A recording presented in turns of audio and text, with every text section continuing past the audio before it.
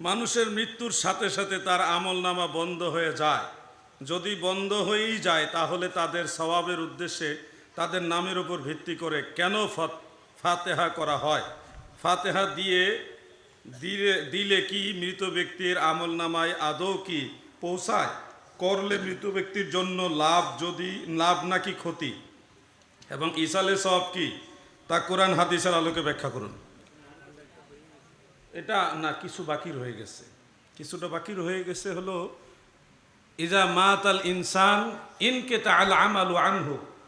তো এটা সহিহ মুসলিমের হাদিস, মানুষ মারা গেলে তার আমলের দরজাটা বন্ধ হয়ে যায়। এখানে আমাদের এটা বোঝার বেশ কম হলো, বন্ধ হয়ে যায় কার পক্ষ থেকে?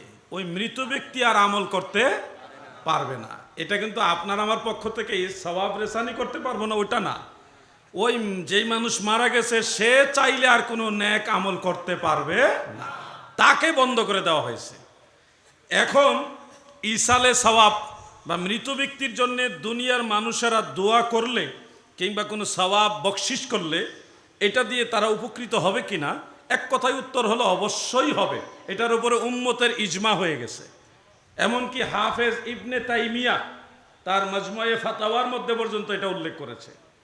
ইমাম শাফি রহমতুল্লাহ আলাইহি তিনি প্রাথমিক পর্যায়ে এটার বিরোধিতা করেছেন, যে ইসালে সওয়াব মানতেন না, কিন্তু পরে উনি আবার এটি মানছে। আর ইমাম আবু হানিফা, ইমাম মালিক, ইমাম আহমদ, ওই তিন ইমাম সহ সকল ইমামরা ঐকমত্য পোষণ করেছে, মানে এটার উপরে ইজমা হয়ে গেছে। তাফসিরে রুহুল মাআনিতে ডিটেলস আলোচনা আছে এই ব্যাপারে। কোরআন শরীফের দুইটা আয়াত আপনারা খেয়াল করলে বুঝতে পারবেন যে মানুষ মারা গেলে ওই মৃত ব্যক্তি জীবিত মানুষের দোয়া ইস্তেগফার দ্বারা উপকৃত হয়। যেমন রব্বানা গফির লানা ওয়া লিইখওয়ানিনাল্লাযীনা সাবাকুনা বিল ঈমান। আল্লাহ রব্বানা, ওগো আমাদের রব, ইগফির লানা, আমাদেরকে মাফ করেন, ওয়া লিইখওয়ানিনা, আমাদের ওই ভাইদেরকে মাফ করে দেন, আল্লাযীনা সাবাকুনা বিল ঈমান, যারা ঈমানের সাথে গত হয়ে গেছে, ইন্তেকাল হয়ে গেছে, তাদেরকেও ক্ষমা করেন।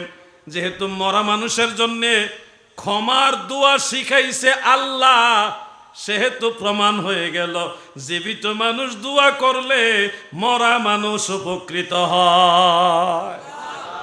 কোরআনের আয়াত এটা জয়ীফ হাদিস করার সুযোগ নাই।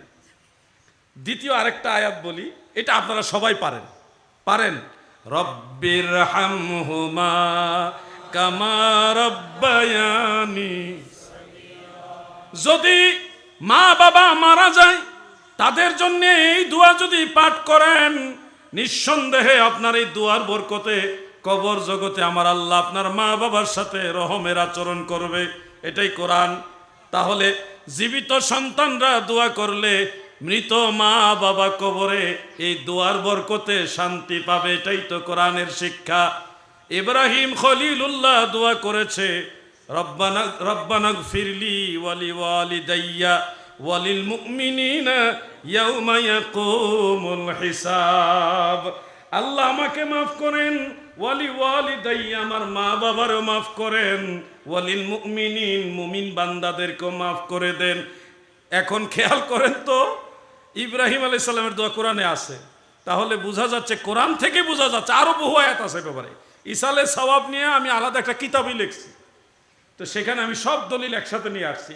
এক ওয়াজে তো সব বলা যাবে না, তো সেখানে কোরআনের আয়াত, তফসির, সাহাবায়ে কেরামের আকওয়াল, রাসূল পাকের হাদিস, সব দলিল একসাথে নিয়ে আসছি এবং উম্মতের ইজমা হয়ে গেছে। এটা নিয়ে কোনো ইখতিলাফ নাই। পরে সবাই একমত পোষণ করেছে যে ইসালে সওয়াব এটা হক, সত্য, এবং মানুষ জীবিত মানুষের দোয়া এবং নেক আমল বকশিসের মাধ্যমে মৃত ব্যক্তিরা উপকৃত হয়, তারা এটার দ্বারা আত্মার শান্তি লাভ করে। আলহামদুলিল্লাহ বলে সংক্ষেপে চেষ্টা করি।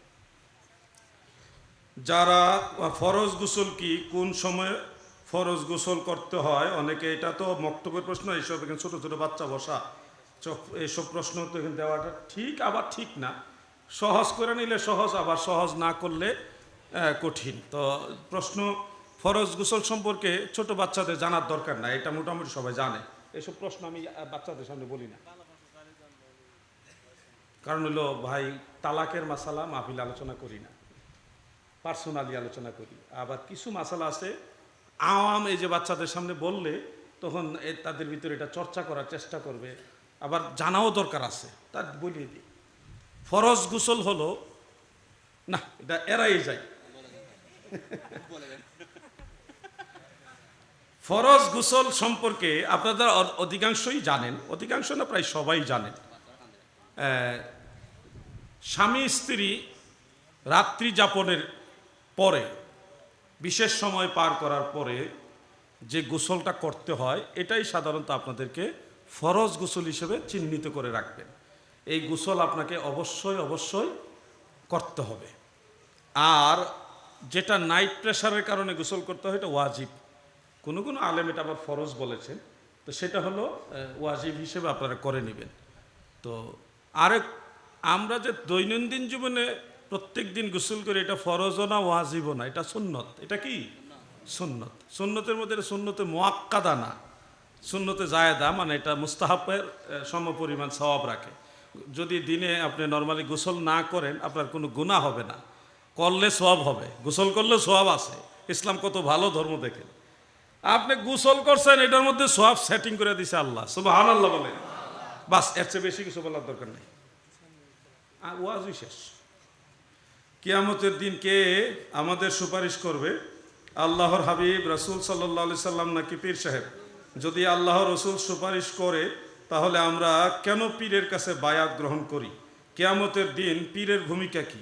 যদি সবাই ইয়া নফসি ইয়া নফসি করে, তাহলে পীররাও কি একই শব্দ উচ্চারণ করবে নাকি আলাদা শব্দ উচ্চারণ করবে? তা কুরআন হাদিসের আলোকে ব্যাখ্যা করবে।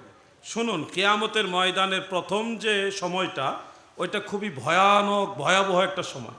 ওই সময় আল্লাহ তাআলার কাহারিয়াত প্রকাশ করবে, আল্লাহর গুসার যে একটা ফায়েজ, এটা ওয়ারেদ হবে। তখন সমস্ত নবীরা আল্লাহর রাগ দেখে তারা প্রকম্পিত হবে, ভীত সন্ত্রস্ত হয়ে যাবে। আল্লাহ এত রাগান্বিত হবেন, মানে আল্লাহর রাগ গুসা এটা প্রশমিত করার সাহস কোনো নবী করবেন না। কোনো নবী ইয়া নফসি বলবে, এ কথা ঠিক না, সঠিক না। কোনো হাদিস থেকে দেখাইতে পারবেন না যে নবীরা ইয়া নফসি বলবে। আমরা হুজুর আন্দাজ ইওয়াজ করে, হাদিসে আছে নাফসি নাফসি, আর আমরা হুজুরা লাগাইছে ইয়া নফসি নাফসি নাফসি এক অর্থ, ইয়া নফসি আরেক অর্থ। কোন নবী রাসূল ইয়া নফসি করবে না। মাদারীপুরে সদর থানা, এটা নিয়ে একটা বাহাস হওয়ার কথা ছিল আমার সাথে, ওসি সাহেবের কন্ট্রোলে, ওসি সাহেবের থানায়। বাহাসের আগের দিন আমি কিতাব নিয়ে ফরিদপুর চলে গেছি আগেই। তো আমাকে ফোন করে বলতেছে, আপনি কি বাহাসে আসবেন? আমি বললাম আসবো মানে আমি ফরিদপুর চলে আসছি কিতাবাদি নিয়ে। তো ঠিক আছে, আপনি কে? আমি জিজ্ঞাসা, আপনি কে? কই যে আমরা মাদারীপুরের লোক, মানে ওয়াহাবির আর কি। তো আমরা জানতে চাইছিলাম আর কি আপনি আসবেন কিনা, আর যে বিষয়টা নিয়ে করছেন এটা তো সহিহ হাদিসে আছে, এটা নিয়ে আপনি টিকতে পারবেন কিনা। তো আমি বললাম টিকতে পারি কিনা এটা তো কাল কি বোঝা যাইব, তবে যারাই আসবে তাদেরকে তওবা করানো হবে এবং স্বামী স্ত্রীর বউ বিবাহের যে সম্পর্ক, এটা আবার নবায়ন করানো হবে আগামীকাল। বলেন আলাউদ্দিন জিহাদি কথা বলছে। এই কথা বলার 1-1.5 ঘন্টা পরে ওসি সাহেবের পক্ষ থেকে খবর এলো যে বাহাস হবে না, আসা লাগবে না। কেন বাহাস হবে না? মানে ওই যে বলছি তওবা করায় সারমু, আবার বিয়ে শাদী নতুন করে আবার পড়ায় সারমু। এখন তারা মাথা চিন্তা করছে যে ইয়া নফসি আর নাফসি এই দুই শব্দের ইয়া নফসি তো আর পায় না কোনো জায়গা। যত কিতাব আছে সব জায়গায় এলো নাফসি মানে তারা নিজেদের চিন্তায় আল্লাহর ভয়ে, নিজেরা ভয়ে আল্লাহর ভয়ে থরথর করে কাঁপবে। আর ইয়া নফসি এটার অর্থ হলো হে আমার নফস। নবীরাকে আল্লাহ বাদ দিয়ে নফসেরে ডাকবো, কত বেশ কম। এই জন্য ইয়া নফসি কোনো নবী রাসূল বলবে না, ওলি আল্লাহ তো বলবেই না, নবী রাসূলরা বলবে না, কোনো ব্যক্তি ইয়া নফসি বলবে না। নাফসি এটা হাদিসে আছে। হ্যাঁ, ওই সময় কেন তিনারা এই নাফসি শব্দ চয়ন করবে? ওই সময় আল্লাহ তাআলার কাহারিয়াত, আল্লাহর গুসা ব্যাপকভাবে আল্লাহ তাআলা প্রকাশ করবেন। ওই আল্লাহর গুসা প্রশমিত করার সাহস কোনো নবী রাসূল করবে না। একমাত্র আমার দয়াল নবীজি আরশে আজিমের নিচে গিয়ে সেজদা দিবেন, বুখারী মুসলিমে আছে। সেজদা দেওয়ার পরে আল্লাহ তাআলার রাগ, এটা কাহারিয়াতটা কমে যাবে এবং বলবে ইরফা রাসাকা ইয়া মুহাম্মদ, হে আমার বন্ধু, ইয়া হাবিবি মুহাম্মদ, ও আমার দোস্ত মুহাম্মদ মুস্তাফা, সাল্লাল্লাহু আলাইহি ওয়াসাল্লাম, আপনার মাথা মুবারক তুলুন, ওয়াসাল, এবং প্রার্থনা করুন, আপনি যা চাইবেন আমি আল্লাহ তাই দিব। সুবহানাল্লাহ বলেন। এরপরে নবীজি মাথা তুলবেন এবং বলবেন, ইয়া রব্বি হাবলি উম্মতি, হে আমার রব, আমার উম্মত আমাকে দিয়া দাও। তখন আল্লাহ তাআলা নবীজিকে আরশে আজিমে বিশাল এক সিংহাসন সাজাইয়া, বিশাল এক সিংহাসনের মধ্যে আল্লাহ তাআলা নবীজিকে বসাবেন। ইউজলিসুহু আলাল আরশে, মাকামে মাহমুদের একটা অর্থ, এটা তাফসীরে দুররে মানসুর উল্লেখ, 4 জন সাহাবী থেকে এটা বর্ণিত। আরশে আজিমে নবীজিকে বসায় বলবে, হাবিব আপনি এখান থেকে যার পক্ষে খুশি তার জন্য সুপারিশ করেন, আপনার শাফাআত মঞ্জুর করা হবে। আপনারা আবার এটা মনে করেন না আরশে আজিমে তো আল্লাহ বসবে, নবীজিরে বসাইলো কেমনে? আল্লাহ কোথাও বসে এই আকীদাই রাখা যাবে না। বসা, দাঁড়ানো, হাঁটা, চলাফেরা এগুলি আল্লাহর শান নয়। আল্লাহ কোথাও বসাও লাগে না, দাঁড়ানো লাগে না, যাওয়া লাগে না, আসাও লাগে না, কোনো স্থান কাল পাত্রের মুখাপেক্ষী আল্লাহ নয়। আরশে আজিমের একটা জায়গা, আল্লাহকে এক জায়গায় বসাইবেন এই আকীদা রাখা যাবে না। আহলে সুন্নাতের আকীদার খেলাফ, ঈমান চলে যাবে। আল্লাহ কোথাও বসা লাগে না, সব কিছু সবসময় যা আল্লাহর কাছে হাজির। আল্লাহ কোথায় যাওয়া লাগে না, আসাও লাগে না। আল্লাহর ব্যাপার আকীদা আছে আলাদা, এই ওয়াজ আবার আলাদা। তো সেই আরশে আজিমে নবীজিকে বসাবেন, নবীজি সর্বপ্রথম শাফাআত শুরু করবেন। এরপরে ধারাবাহিক অন্য নবী রাসূলরা সুপারিশ করবেন। নবী রাসূলদের সুপারিশের সাথে সাথে আমার দয়াল নবীর বরকতে শহীদরা সুপারিশ করবে, বড় বড় আলেম যারা, আল্লাহর ওলি যারা, তারা সুপারিশ করবে। মুয়াজ্জিন যে আজান দেয় উনিও সুপারিশ করবে, ইমাম সাহেব উনিও সুপারিশ করবে, একজন হাজী সাহেব 40 জনকে সুপারিশ করে জান্নাতে নিবে, একজন নামাজি আরেকজন নামাজিকে সুপারিশ করে জান্নাতে নিবে। কত হাদিস! শাফাআত নিয়ে আলাদা একটা কিতাবই লিখছি আমি, শুধু শাফাআত নিয়ে। একটা আয়াত শুধু সংক্ষেপে বলি, সূরা মারিয়াম, আপনি 87 নম্বর আয়াতটা দেখতে পারেন। বিসমিল্লাহির রহমানির রহিম। ওয়ালা ইয়ামলিকুনা আশ-শাফাআতা ইল্লা মান ইত্তাখাযা ইনদার রাহমানি আহাদা।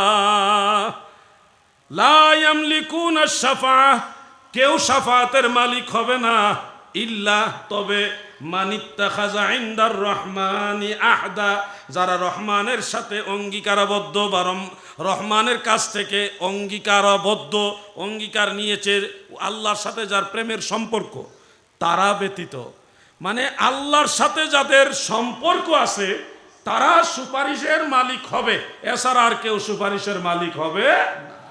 নবিউল্লাহ, আল্লাহর নবী, রাসূলুল্লাহ, আল্লাহর রসুল, সম্পর্ক আল্লাহর সাথে, হাবিবুল্লাহ